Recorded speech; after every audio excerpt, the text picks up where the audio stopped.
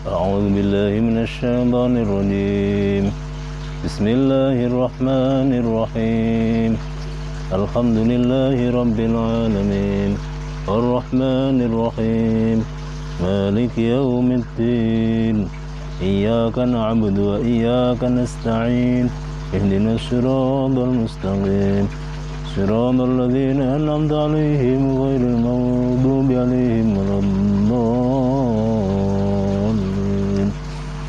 رب اغفر لي ولوالدي آمين بسم الله الرحمن الرحيم وكذلك ما أرسلنا من قبلك في قرية من نذير إلا قال مترفوها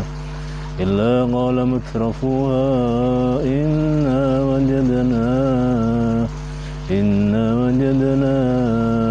آباءنا على أمة وإنا على آثارهم مقتدون قال أولو جئتكم بأهدى مما وجدتم عليه آباءكم قالوا إنا بما أرسلتم به كافرون فانتقمنا منهم فانظر كيف كان عاقبة المكذبين. Pada pemirsa sekalian, alhamdulillah pada sore ini kita bertemu kembali.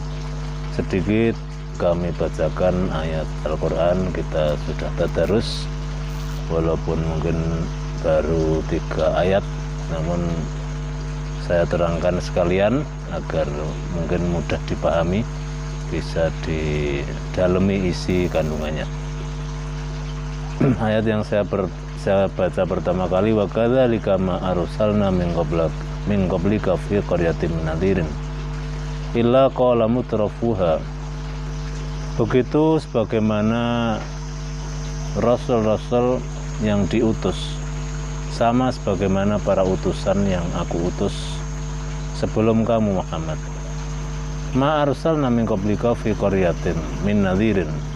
Aku tidak mengutus utusan sebelum kamu, mengutus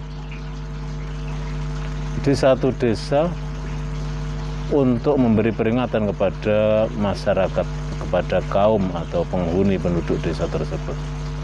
Illa qala mutrafuha, kecuali jawaban yang didengar para rasul tersebut dari para penghuni desa itu yang banyak adalah inna wajadna aba'ana ala ummah wa inna ala atharihim muqtadun. Sesungguhnya kami telah mengikuti jejak bapak-bapak kami, nenek moyang kami melakukan satu kepahaman, satu tradisi, satu keyakinan seperti ini, dan kami akan terus mengikuti jalan mereka.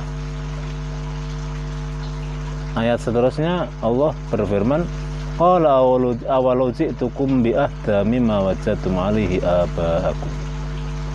Sang Rasul yang diutus Allah untuk menjelaskan bahwa yang mereka ikuti selama ini, yang mereka klaim bahwa itu adalah ajaran para leluhurnya dan mereka akan terus mengikutinya, itu adalah ajaran yang salah. Lantas Rasul menjelaskan,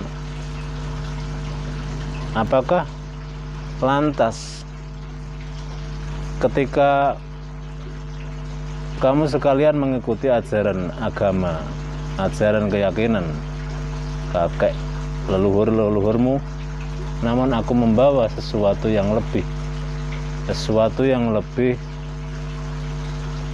benar, sesuatu yang lebih menunjukkan ke jalan yang lurus daripada yang telah engkau yakini, yang telah engkau temukan dari bapak-bapakmu, lantas kamu tetap akan mengikuti jalan mereka yang jelas-jelas jalan mereka mungkin banyak yang tidak benar atau jalan mereka tersesat.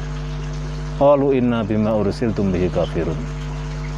Jawaban para kaum tersebut, penghuni desa itu menjawab pada nabinya, sesungguhnya kami mengkafiri, kami menutup diri, kami tidak percaya dengan apa yang engkau bawa, yang engkau utuskan dari Tuhanmu.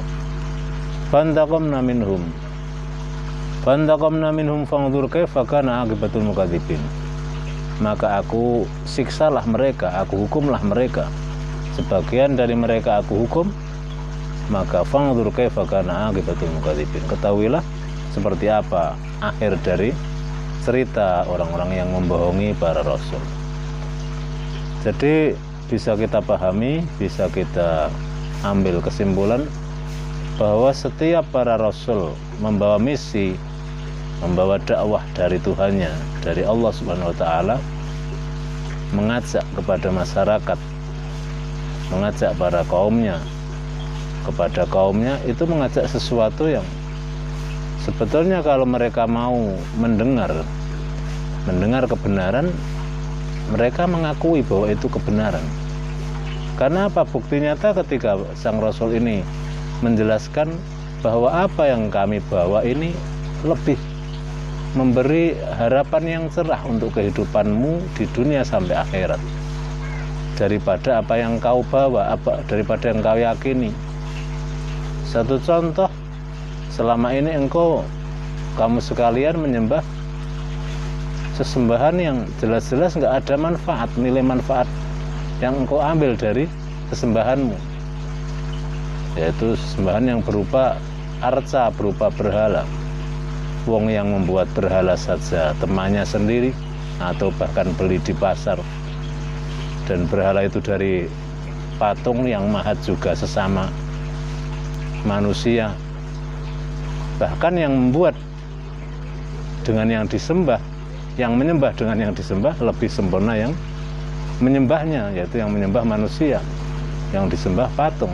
Manusia bisa memahatnya, bisa menvonis mau seperti apa, dia membuat gambar bentuk patung itu, sementara patung tidak bisa menentukan pilihan kehidupannya karena memang nggak hidup. Nah itu mereka sebetulnya juga tahu bahwa yang mereka sembah itu sesuatu yang sama sekali nggak berkualitas, asarannya ecek-ecek. Lah iya, patung yang mendelik ya mendelik terus, yang melotot matanya, yang pesek ya pesek terus.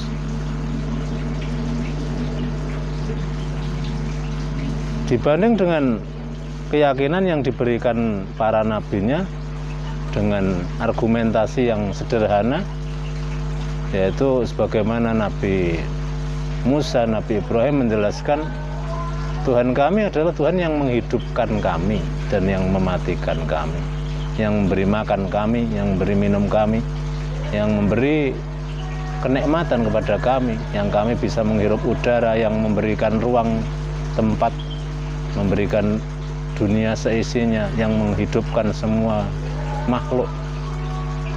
Tuhan kami adalah Tuhan yang merajai, yang menciptakan langit, menciptakan bumi, menciptakan semua alam semesta. Tuhan kami maha agung dari itu semua. Mestinya kalau mau berpikir secara rasional, ya lebih masuk akal ini dong.